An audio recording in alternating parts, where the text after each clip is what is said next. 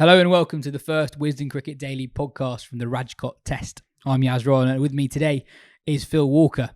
A day of what could have been really for both sides. England had a dream start. Mark Wood in the side in place of Shoaib Bashir, got Jaiswal and Gill early, and then Tom Hartley removed Patidar for not many after one stuck in the pitch to leave India 33 for 3. Rohit was dropped at first slip by Joe Root on 27 when the score was just 47, and it was a missed chance that England were made to pay for. Rohit and Jadeja, who was promoted to 5, both scored hundreds and both survived LBW appeals that would have been overturned against them had England reviewed them shortly before each got to 3 figures.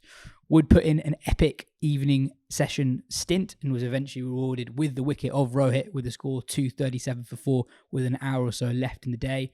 And that last hour or so belonged firmly with Sarfaraz Khan. One of 4 changes to the India side. He sent the England spinners to all parts and really threatened to take the game away from England for good before he was sold down the river by Ravindra Jadeja on 99 and run out for 62 off 61 balls on debut. Phil, 326 for 5 in the end. Who do you think will be happier? Oh, India comfortably. It's been their day. England will be cranky, not that they ever admit it, but they will, because they had India there. You don't often get them 30 for 3 on day one when you've lost the toss, and obviously India are going to bat. And then for it so nearly to have been 47 for 4 and should have been, that's a bad drop by Joe, really, at first slip. He took ages to get down to it. He looked a bit stiff in the back, perhaps. I don't know, but you'd expect him to catch that 90% of the time. So England will have had their chances, but 326 for 5 on a pitch, which I didn't think was quite as flat as they were describing. I thought a few balls jumped, especially off the spinner, off the spinners. There was one that if they'd had a silly point, for example, Rohit would have gone. A couple of kept low as well in the evening session that Sarfaraz has played very nicely. Yeah, they've found one there. So yeah, I think it's India's day. It has echoes of the second test match, in that they were maybe 6 down for 300 odd at the end of day one. And we were saying, actually, England hung in there pretty well. So there's not that much difference. But the momentum of the day tilted so far away from England that I think when you move into tomorrow, it will still be a decent pitch to bat on. But I think England will have to win tomorrow to stand a chance in this game. Because if they give up 450, 500... or 450, 475, 150 from now, then they're staring down the barrel. Even if they play their spectacular new brand of cricket, it's hard to turn over the relentless orthodoxy of India getting 450 plus on their home patch with 2 great spinners in their side. What do you make of, just to get you on the conditions a bit more? If you look at the 2 previous tests at Rajkot, tiny sample size, sure, but India nearly lost against England in 2016, having scored nearly 500 themselves in the first innings. I think India got 600 odd against West Indies in a test match there in 2018. Most of the commentators were of the view that this was similarly flat to what we've seen in Vizag in particular, but you didn't see it that way. I think there was more in it for the seamers, I'd say. Well, there's a layer of grass on there that will keep Bumrah. Right. He's always interested, but I think he'll be particularly interested with what he saw today. Bang on, but 2 things on that. So there is a little layer of grass, but there's also a dustier outfield than there was in the second test match. It was a very lush outfield in the second test. And so Bumrah got some reverse swing remarkably, but Anderson was getting reverse swing after about 30 overs today, or 35 overs. So obviously the big man will be looking at that and thinking, okay, just keep me in the game. He'll have a dart with the new ball tomorrow, Jasprit, at some point. Then he'll hang around, and then they will expect it to start going because it is a dusty and abrasive outfield. It's also incredibly short as well, these outfields. And so when you're looking at the equation, 326 for 5 is the batting team's day for sure. But when your average distance is 60 yards, then England are going to go out there and they're going to attack those boundaries. And it will be fascinating to see how they go in their first innings, because the cold light of day, I think they blew up a real chance in the second test match to be 110 for 1. Now, I know they came up against Bumrah, but Crawley was in 70 odd, gave it away. A couple of others were a bit static in that middle order. Stokes didn't really go anywhere. And I think if England do go down in this series, then that would be a moment that they look at. But it looks like it could be a repetition in this game. And so while England's approach is to hang into games and then go wild in the third and fourth innings, and if they can make it a one innings game, whether they're chasing or setting in the fourth or the third, they will always fancy themselves, but they have to get up there. We said it in the second test. First innings runs are in the end crucial, and they turned out to be in that test match. And they will be again here. It's a cliche time. It's a massive first session, because if India win that first session, I think they'll win the test match. And with a new ball as well, England could do what they did on the second morning in Vizag. Did they take it tonight? Yeah, they did at the very, very end. I was on the train, so I missed the last couple of overs. I've seen the run out. Yeah, we'll get to the run out later. And I guess before the series, when people were imagining how tests will play on pitches like this, I think there was an assumption that England would really make hay on these flatter pitches, especially in the first innings. I get what you're saying, that it's probably not as flat as we potentially saw at Vizag. But at the moment, 2 tests into the series, only one England batter, Pope, in the second innings at Hyderabad, has really made a start count. They keep coming into Bumrah, basically. They've a lot of them have had starts, but a lot of them have got out between 20s and 40s, as we talked about on last week's show. So I guess that's a big challenge for England. That actually, objectively, they're in an all right position. Yeah. It's just based on what we've seen in the first 2 test matches. You probably don't back England against this India attack to get the 450, 500 score that is possible on this pitch. Indeed. Again, on paper, 3-2-6 for 5 could easily be 3-7-5 all out, and then England are well in the game. But you're coming up against 3 storied bowlers who are born for these conditions. And so England will have to play out of their boots to get anything from this game. In the cold light of day, 3-2-6 already on the board, but my word, it could have been so different for them. To get India 30 for 3, I can't overstate it, 30 for 3. When you're used as English audiences, you turn on perhaps around lunchtime, about sort of 6 o'clock in the morning. I actually turned on earlier this morning because I knew I was on with you, Yaz, and I know that you'll pull me up otherwise.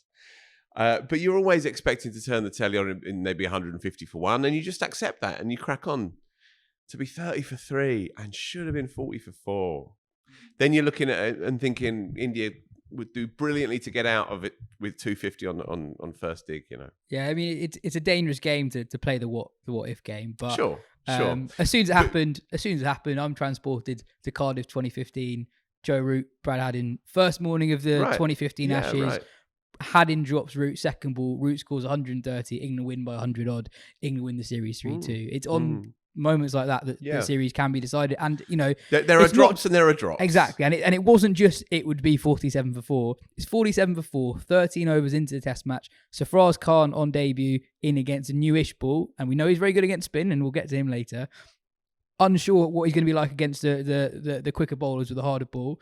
Dhruv Jurel, 23-year-olds on debut. We didn't really talk about the possibility of him coming in. We were talking about it in the office before we started recording.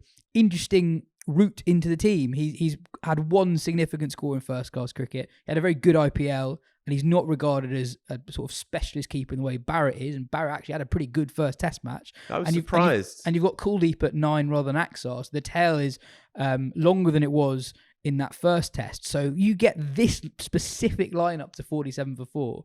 You are dreaming of 150 all out and on a pitch like that. And I honestly don't think that far-fetched to say that. Yeah. And you're right, you know, the Cry More Brigade will be certainly coming out here for sure. And it's worth pointing out that if you do benefit from a drop, then you still got to face another ball after it. You know, 100%. And we've got to come to Rohit, who's peeled off another one there. But he could have, if they had been 4 down, they could have used Wood as well in different ways, because they could have just held him back a little bit. They could have just bowled 2 overs at the new kid, then held back, and then inevitably somebody makes a mistake mid-afternoon. You're into that middle to lower order, and then you can bring him back again. As it was, that partnership crept away in that afternoon session. It was pretty breezy stuff, really. There was one moment when Rohit was trapped on the pad against Ray and Ahmed again. Now, I don't know about you, but I was up. Were you? Yeah, I was up. I just couldn't understand. I couldn't understand the reaction. For the one. I couldn't understand it. I couldn't understand why there wasn't a discussion. It wasn't a discussion. They dismissed it in the commentary box. Swan was being Swan. But I couldn't understand it. Clearly, to me, I mean, he doesn't spin his leg break very, very strong. Does Ray and Ahmed, and lowest trajectory, and he tends to get a lot of overspin, and so if he pitches wicket to wicket, then it tends to straighten just enough. So I think it can't be going over. So all it can be is a glove or something or other. And Stokes kind of pointed vaguely, didn't he, to his hand, as if to say it might have flicked the glove, shrug the shoulders, crack on. They had 3 reviews. Yeah. They had 3 reviews for most of the day. Yeah. So that was peculiar to me. And naked eye, I thought, that's out. That's out. It's same with the ones of Jadeja late in the day as well. I just thought with the angles, it's not spinning. Quite often when that LBW shout like that with a left arm spinner to a left hander happens on day 4 or 5, you think, well, actually, with how much it's turning, the angles involved are never going to be in the favour of the bowler. But it wasn't turning that much. I just thought that sort of looks out.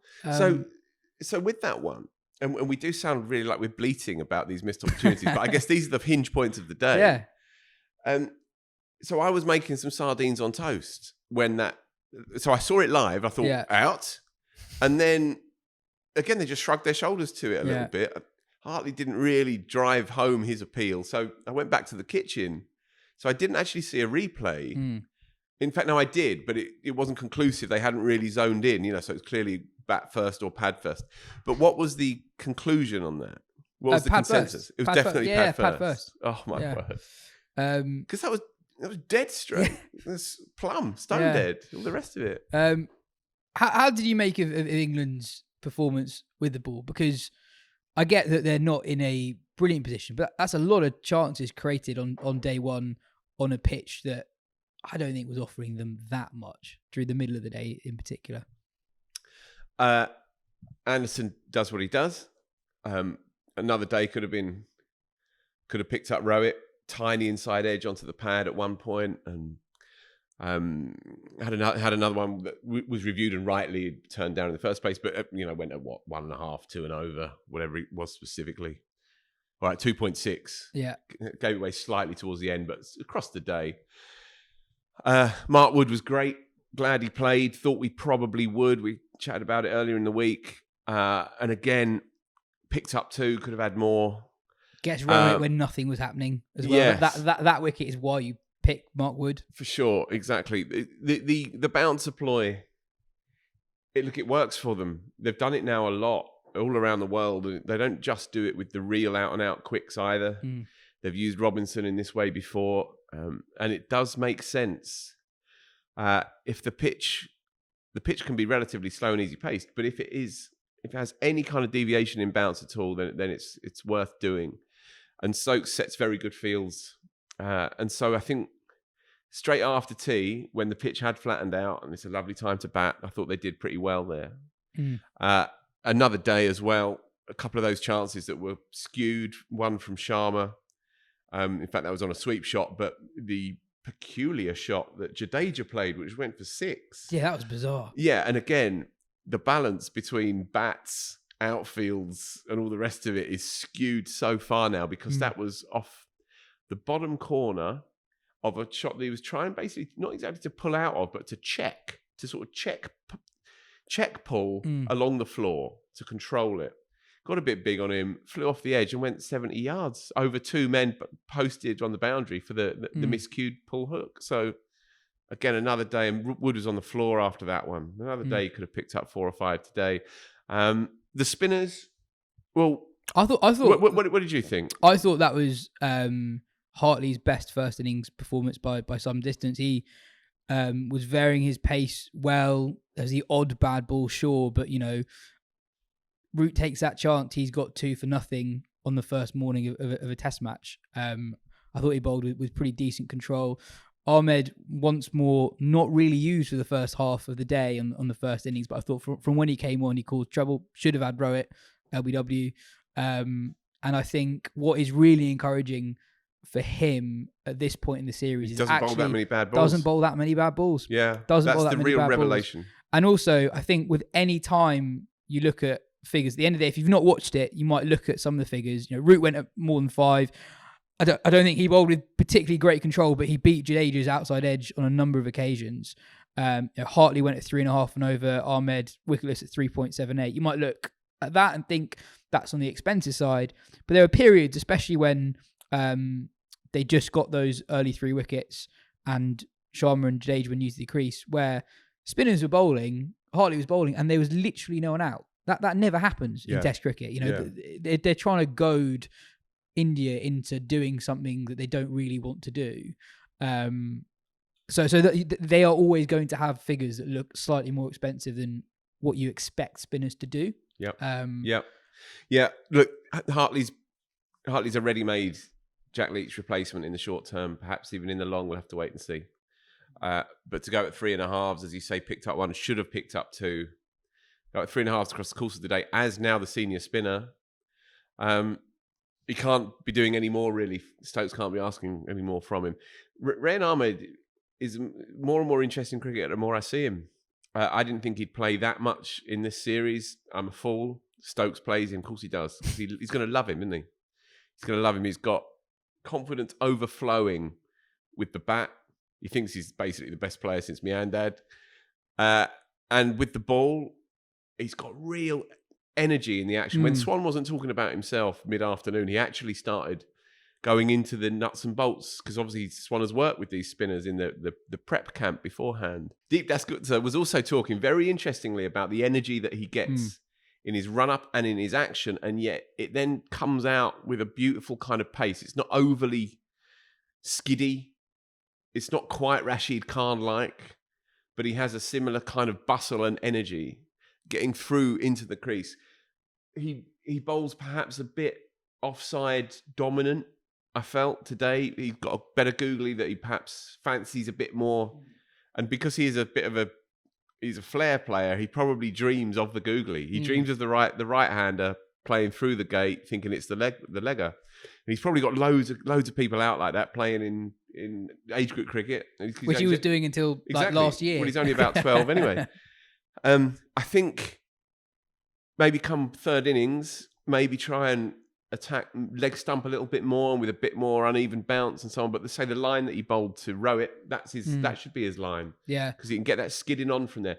The one thing that he doesn't yet have is a big turning leg break. And I don't know if that is a technical thing or a suppleness thing. Yeah, I'd say I agree, but it's also got a lot better than it was in Karachi for his debut 14 months ago. I mean, in Karachi, it almost looked like he didn't have a leg break. And then by the end of the English summer, it became his stock ball more. He uses the googly more as a weapon rather than the stock ball.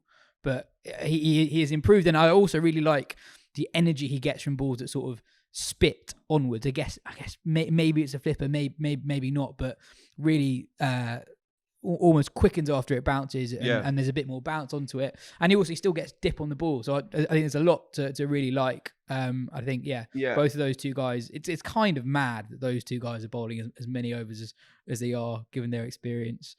Anyway, that's it for part 1. In part 2, we'll talk more about India and answer a couple of your questions.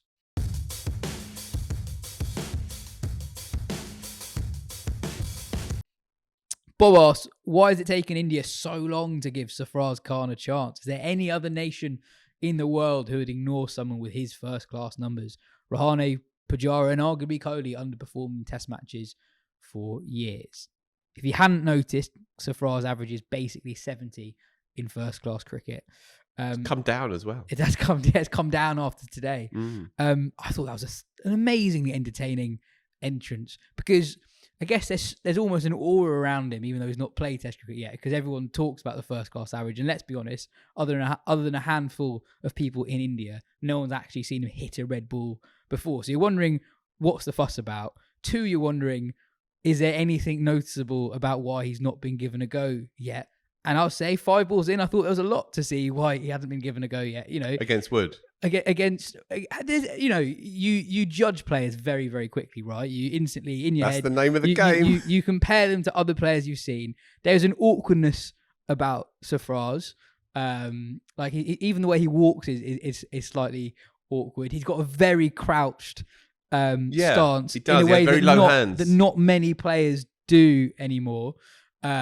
He sort of De Villiers did, in fairness. he did, and he slightly different setup to Sarfaraz. He like properly crouches under the first 3 balls he gets from Mark Wood, and then first ball I thought he played that fine personally. No, I thought it was fine. No, I'm not saying he played him badly. He just said, "I'm obviously not going to try and play a hook shot." Or yeah, no, get stuck into it. 100%. But there was a way. I don't know. He'd clearly decided that he wasn't going to take on the short ball at all, and I think actually one or two of those balls were probably there to pull. And then his first delivery gets a spin, I think, to Rohan Ahmed. He goes for a massive slog sweep, but he ends up on his arse. And he's on his arse before he scored a test run. And at this point, I'm thinking, not going so well. That was quite odd because he just almost sort of voluntarily fell over, which made it look really village. Yeah. But, it's fine to miss a sweep shot and slightly overbalanced. You put your hand down, but he sort of put his hand down and said, I'm just going to fall over. So initially I'm thinking this is quite fun. And then 10 minutes later I'm thinking, this is why he averages 70. Yeah. He was utterly brilliant. He genuinely reminded me of Pant. The way he just took down England spinners. And actually, when England get Rohit 230 for 4, 2 debutants in at 6 and 7, you think England, even though they've had those missed chances today, you think they've got a pretty good chance of ending the day having taken 6 or 7 wickets. And in the end, Sarfaraz goes the other way and really threatens to take the game away from England. And I thought he looked like absolutely brilliant. Obviously, we don't know what he's going to be like against seamers on quicker wickets, but against spinners in these conditions, he's basically what everyone was saying in India about Shreyas Iyer before the series, someone who will really look to take down the English spinners. And for a brief moment, I thought England looked, 1, sort of short on ideas, and 2, actually lacking in positivity a little bit because of how quickly the game was changing.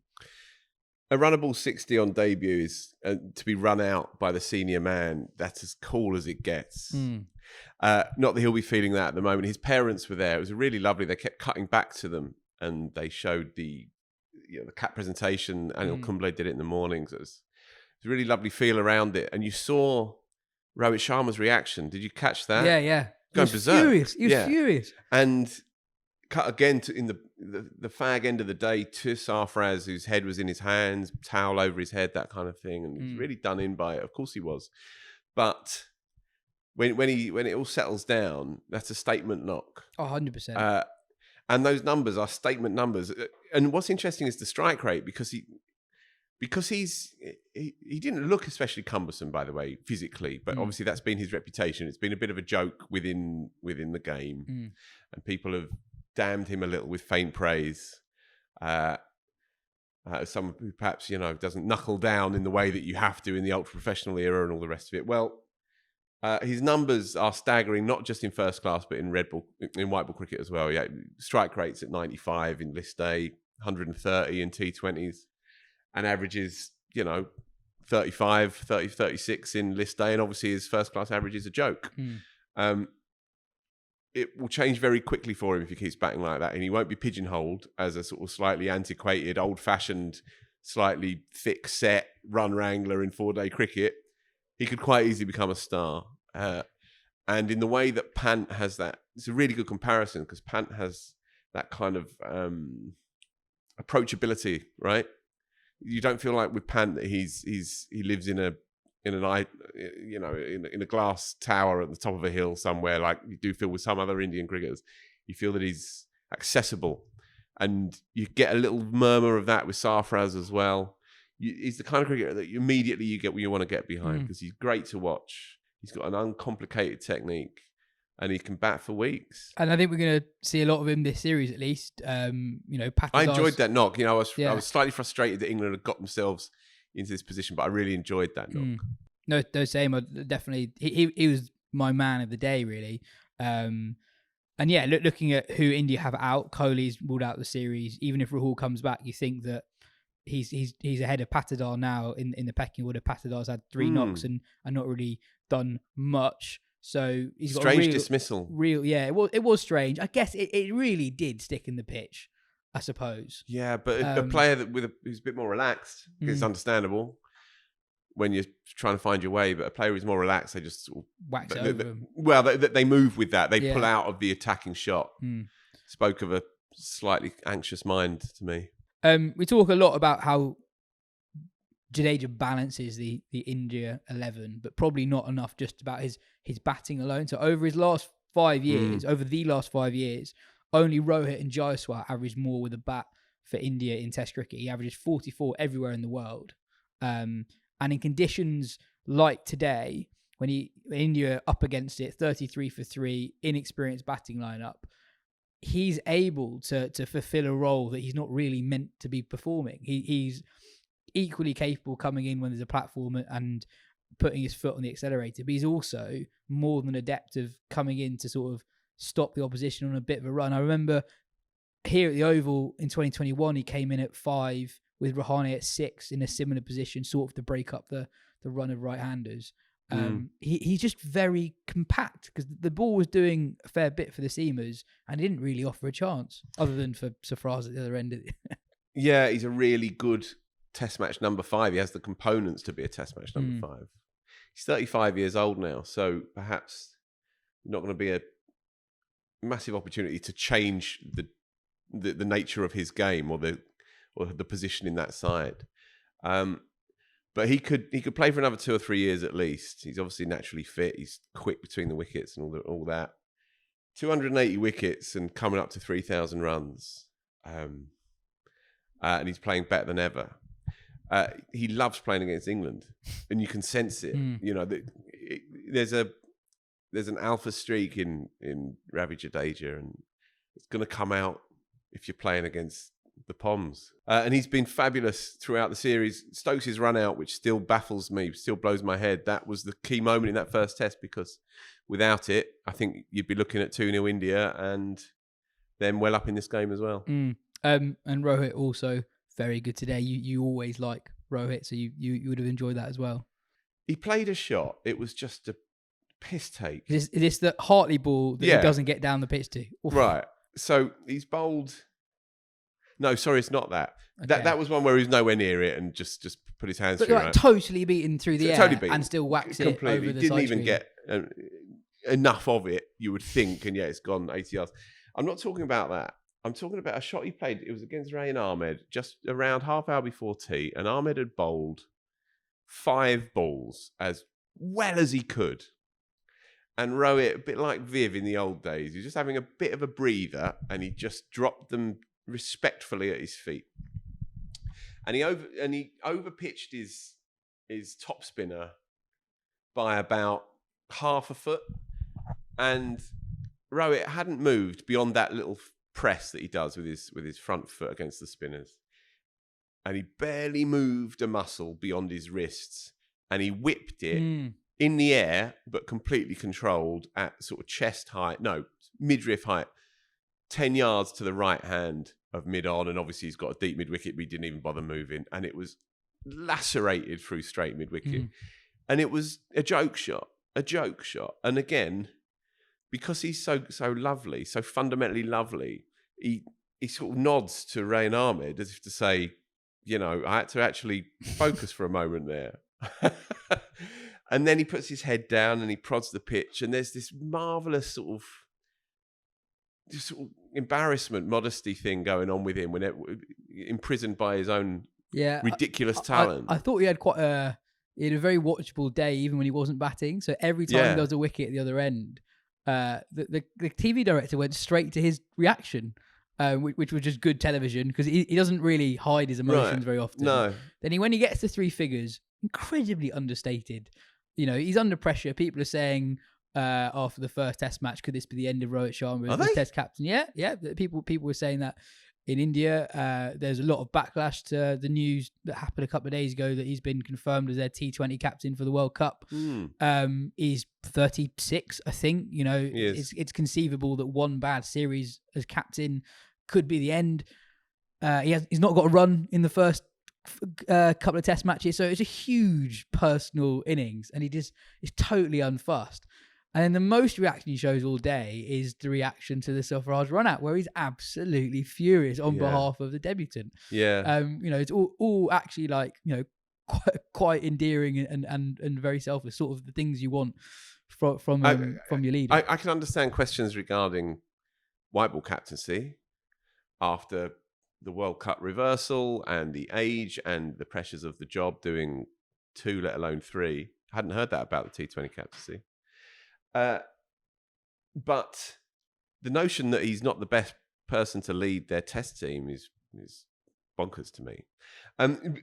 But just on the point about longevity, I was watching him today and thinking, all right, when he's 45, 50, he'd struggle a bit against Wood because of the reaction time.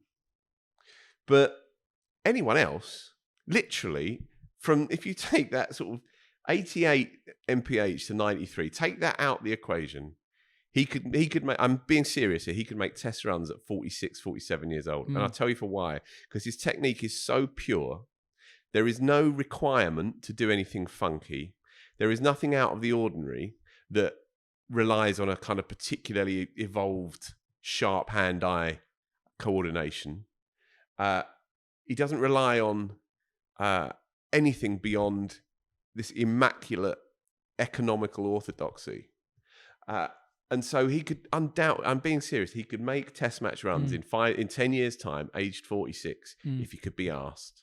And he would still be able to lean on medium pacers, and his judgment would still be fine, obviously, against the spinners. You know, if he fancies playing benefit games in 20 years' time for lashings or whatever, then he'd get 100 every time he plays. Yeah, I find it interesting with players like Sharma and Khawaja, who sort of had a second wind as an international cricketer really quite late on. Both of them, if you're picking a world 11 right now, are probably your opening 2 batters. And both of them only really started opening in their mid to late 30s.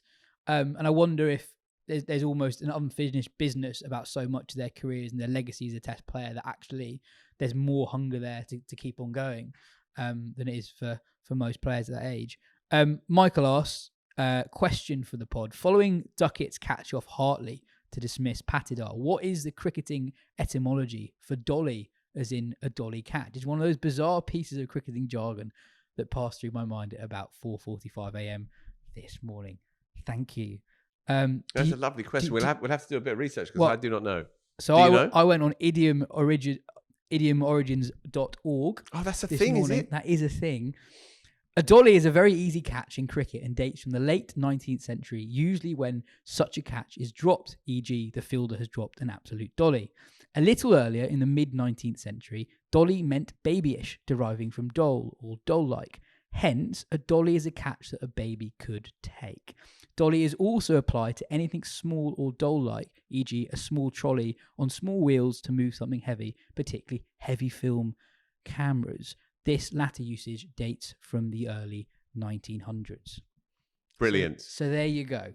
Superb. There's your answer. That's an excellent question, Michael. We can really... That sounds like a useful website for more questions like that. Worst dolly drop you've ever seen in big cricket? I mean, correct answer is Gatting against India. But the worst one I've seen is Denley against New Zealand when Archer bowled a slower ball the last day against Williamson. Good. He wheels away in celebration and that was pretty bad. Can you think of any others? Oh, well, Herschel's squeaks in there, doesn't it? Michael Vaughan dropped one and then managed to catch the rebound at mid-on, I think in the Ashes, which was spectacular. Yeah. My mate Batchy dropped one at mid-off, playing for Gidea Part 2s. I've never seen anything like it. It's unbelievable. But yeah, Gatting wins. It's a classic. It's a classic of the genre, as they say. It's also got the whole Ian looking Salisbury. at the sun. Yeah, Kieran Moray was the batsman, I think. Ian Salisbury gets one to leap, takes the glove, loops. Yeah. If you haven't seen that is actually as easy as it possibly can be, I think. So definitely worth searching that on Twitter or YouTube. Yeah. Anyway, that is everything from day one at Rajkot. Cheers for listening. We'll be back at the same time tomorrow.